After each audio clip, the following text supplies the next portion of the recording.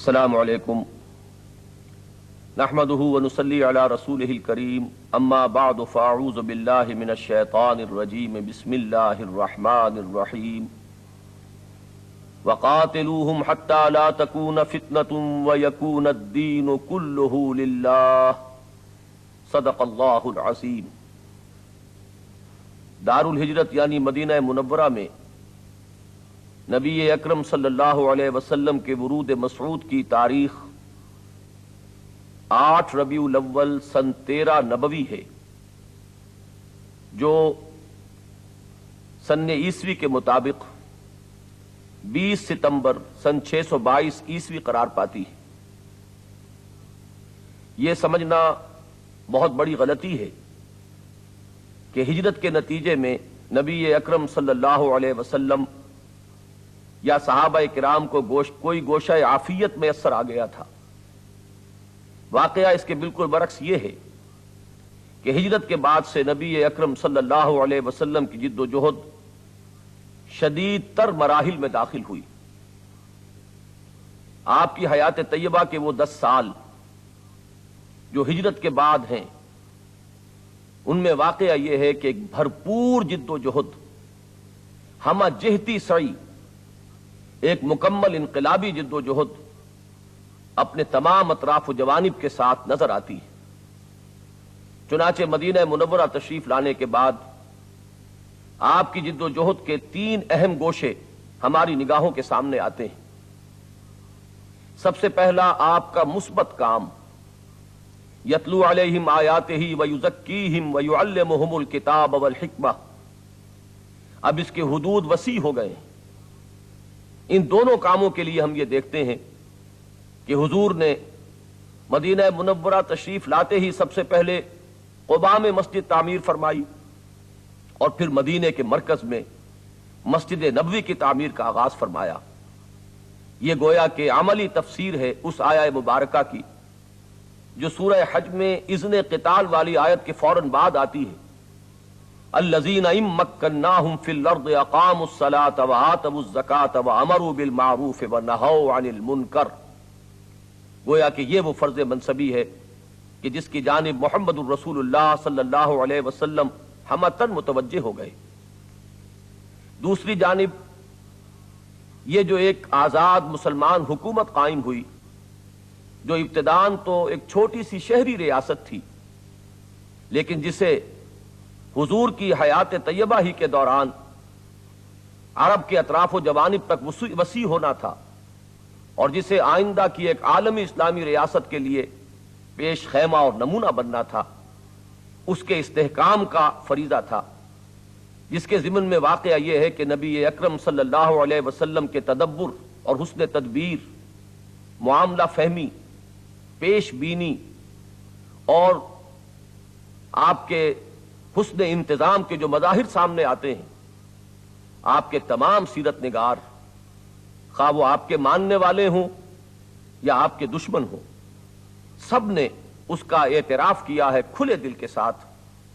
چنانچہ Montgomery what نبی اکرم صلی اللہ علیہ وسلم کے حسن تدبر کو جن شاندار الفاظ میں خراج تحسین ادا کرتا ہے، واقعہ یہ ہے کہ شاید ہی نسل آدم کے کسی اور شخص کے لیے ان الفاظ کو کبھی استعمال کیا گیا۔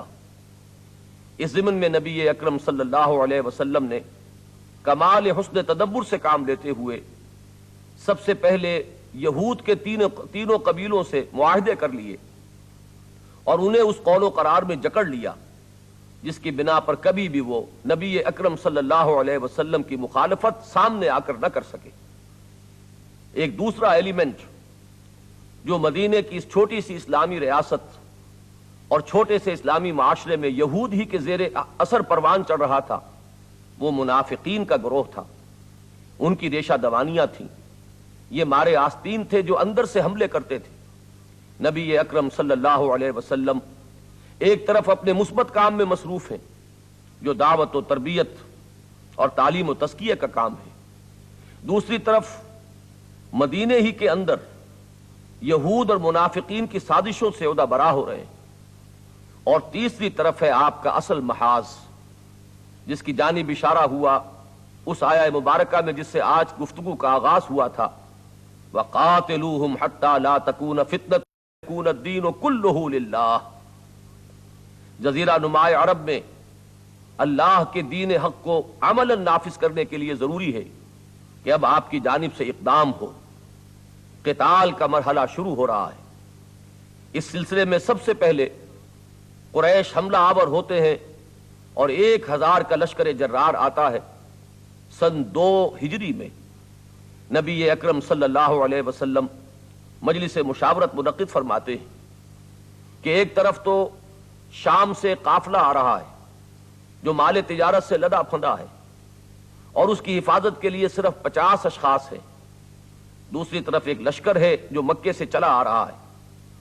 اب لوگوں مشورہ دو، ہمیں کدھر کا قصد کرنا چاہیے؟ یہ اصل میں آپ نے ایک انتہائی ماہر سپہ سالار کی حیثیت سے اپنے ساتھیوں کے مورال کا اندازہ کرنے کی تدبیر فرمائی تھی۔ بعض حضرات نے بربنائے طبع بشری اس خیال کا اظہار کیا کہ ہمیں پہلے قافلے کا رخ اختیار کرنا چاہیے، لیکن صحابہ کرام میں سے وہ لوگ جو نبی اکرم صلی اللہ علیہ وسلم کو آپ کے مزاج شناس تھے، انہوں نے یہ بات بھانپ لی کہ حضور کا ارادہ اور حضور کا قصد کدھر ہے۔ چنانچہ وہ جانثارانہ تقریریں ہوئیں۔ حضرت مقداد رضی اللہ تعالیٰ عنہ نے عرض کیا، حضور ہمیں آپ اصحاب موسیٰ پر قیاس نہ فرمائیں جنہوں نے حضرت موسیٰ کو یہ کوڑا جواب دے دیا تھا کہ اذهب انت وربک فقاتلا انا هاہنا قاعدون۔ اللہ کا نام لے کر جدھر بھی آپ کا ارادہ ہو قصد فرمائیں۔ کیا عجب کہ اللہ تعالیٰ آپ کو ہمارے ذریعے سے آنکھوں کی ٹھنڈک عطا فرما دے۔ حضور کو خاص طور پر انصار کی طرف سے کسی بات کا انتظار تھا، چنانچہ اس کو بھانپ کر حضرت سعد بن عبادہ رضی اللہ تعالی عنہ رئیس خزرج کھڑے ہوئے اور انہوں نے عرض کیا کہ حضور انا آمنا بک وصدقناک، ہم آپ پر ایمان لا چکے ہیں، ہم نے آپ کی تصدیق کی ہے، اب ہمارے لیے کون سا اختیار رہ گیا ہے؟ آپ کا جدھر بھی ارادہ ہو بسم اللہ کیجئے۔ اگر آپ ہمیں برق غماد تک جانے کا حکم دیں گے تو ہم جائیں گے، اگر آپ سمندر کے کنارے کھڑے ہو کر ہمیں سمندر میں اپنی سواریاں ڈال دینے کا حکم دیں گے تو انشاءاللہ ہم اس سے گریز نہ کریں گے۔ یہ ہیں جانثاران محمد صلی اللہ علیہ وسلم رضی اللہ تعالی عنہم۔ بدر کے میدان میں جنگ ہوئی، ایک جانب 313 بے سر و سامان جن کے ساتھ صرف 2 گھوڑوں پر مشتمل رسالہ تھا، اور ایک جانب 1000 کا لشکر جرار غرق آہن، لیکن اللہ نے فتح عطا فرمائی اور اس کو یوم الفرقان بنا دیا۔ یہ فیصلے کا دن ہے۔ آج معلوم ہو گیا کہ صداقت کس کے ساتھ ہے، اللہ کی حمایت کسے حاصل ہے۔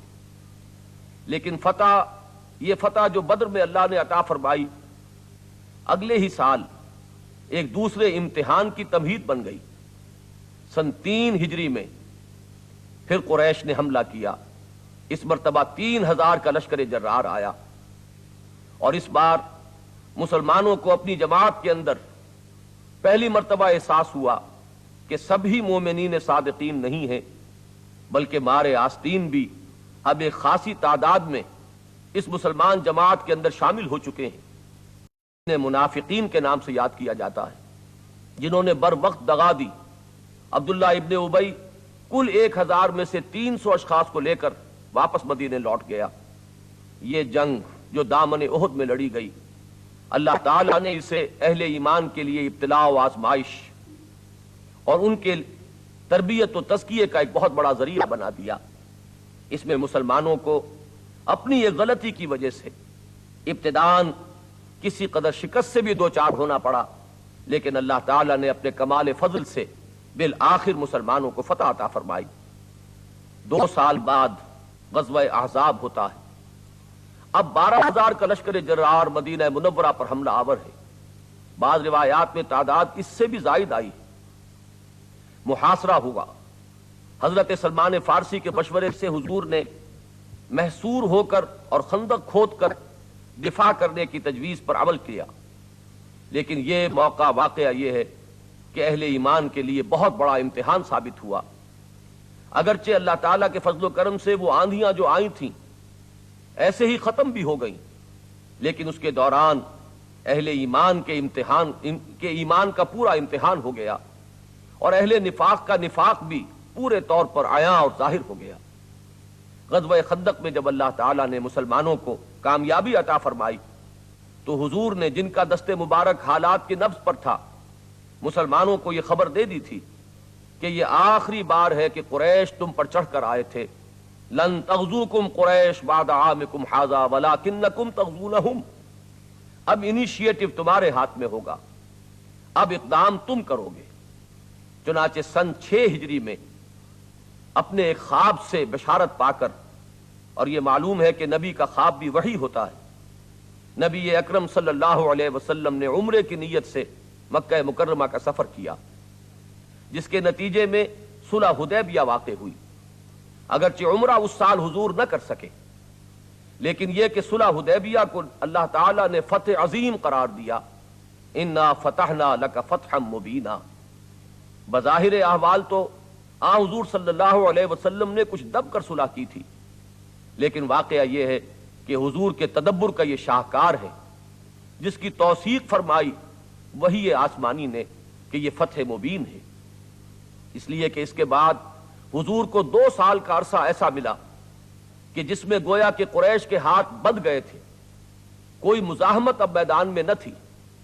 ایک طرف تو اس صلح نے پورے عرب کے سامنے یہ بات روشن کر دی کہ قریش نے گویا کہ محمد صلی اللہ علیہ وسلم اور ان کے ساتھیوں کو تسلیم کر لیا ہے۔ یہ گویا کہ ایک طرح کی ریکگنیشن تھی، گویا کہ مان لیا گیا تھا کہ اب حضور صلی اللہ علیہ وسلم اور مسلمان they are a power to reckon with، اب ان کو تسلیم کرنا پڑے گا۔ چنانچہ پورے عرب میں حضور صلی اللہ علیہ وسلم کی دھاک بیٹھ گئی، دوسرے قریش کے ہاتھ بند گئے، اور گویا کہ حضور کے ہاتھ پوری طرح کھل گئے۔ آپ کا دعوتی اور تبلیغی سلسلہ پورے 2 سالوں کے دوران اپنے نقطۂ عروج کو پہنچ گیا۔ اصحاب صفہ کی وہ جماعت جو تیار ہو رہی تھی تعلیم و تربیت نبوی سے، اس کو بکثرت وفود کی شکل میں تبلیغ کے لیے عرب کے کونے کونے تک بھیجا گیا۔ نتیجہ یہ ہوا کہ دعوت محمدی صلی اللہ علیہ وسلم جنگل کی آگ کی طرح پورے عرب میں پھیل گئی۔ اس صورتحال کو دیکھ کر خود قریش نے اپنی غلطی کا احساس کیا، انہوں نے ایک عاجلانہ اقدام کے ذریعے صلح کو ختم کر دیا۔ اس کے بعد ان کے مدبر رہنما حضرت ابو سفیان، جو اس وقت تک ایمان نہیں لائے تھے، اگرچہ انہوں نے حالات کے رخ کو پہچان کر پوری کوشش کی کہ اس صلح کی تجدید ہو جائے، لیکن نبی اکرم صلی اللہ علیہ وسلم کا دست مبارک جس طرح حالات کی نبض کو ٹٹول رہا تھا، اس سے یہ بات آپ کے سامنے بالکل عیاں تھی کہ اب کسی صلح کا دوبارہ کرنا گویا کہ کفر اور شرک کو ایک فریش لیز آف ایگزسٹنس دینا ہے۔ لہذا آپ نے صلح کی اس کوشش کی، کوئی بھی آپ نے اس کوشش کو قبول نہیں فرمایا، اور آپ نے سن 8 ہجری میں 10,000 صحابہ کرام کی معیت میں مکے کی طرف پیش قدمی کی، اور اللہ تعالی نے نبی اکرم صلی اللہ علیہ وسلم کو ایک فاتح کی حیثیت سے اس شہر میں کل 8 سالوں کے اندر اندر داخل کر دیا، جہاں سے 8 سال قبل حضور اپنی جان بمشکل بچا کر نکل سکے تھے۔ ذالک فضل اللہ یؤتیہ من یشاء۔ فتح مکہ کے فوراً بعد طائف کے قبائل کی طرف سے ایک آخری کوشش ہوئی ہے، اس کو یوں سمجھا جانا چاہیے کہ عرب میں کفر اور شرک کی طرف سے یہ آخری ہچکی تھی۔ غزوہ حنین کی شکل میں یہ مقابلہ ہوا۔ ابتداءً اگرچہ وہاں مسلمان اپنی کثرت تعداد کی وجہ سے، جو انہیں کچھ زوم ہو گیا تھا اس کی وجہ سے، اللہ تعالیٰ نے انہیں کچھ سبق پڑھانے کے لیے شکست سے دوچار کیا، لیکن بالآخر نبی اکرم صلی اللہ علیہ وسلم کی شجاعت، جو اس وقت انتہائی شان کے ساتھ ظاہر ہوئی جب آپ اپنی سواری سے اترے، آپ نے علم اپنے ہاتھ میں لیا اور آپ نے رجز پڑھا، انا النبی لا کذب انا ابن عبد المطلب۔ اللہ تعالیٰ نے پھر فتح عطا فرمائی، اور یہ گویا کہ پورے جزیرہ نماء عرب پر نبی اکرم صلی اللہ علیہ وسلم کی فیصلہ کن فتح کی علامت تھی۔ چنانچہ یہی ہے وہ عمل کہ جس کے نتیجے میں اظہار دین حق عرب، جزیرہ نماء عرب کی حد تک پایہ تکمیل کو پہنچ گیا، اور محمد الرسول اللہ صلی اللہ علیہ وسلم کی بعثت کا مقصد ملک عرب کی حد تک مکمل ہو گیا۔ فصلی اللہ علیہ وعلی آلہ واصحابہ وسلم تسلیما کثیرا کثیرا.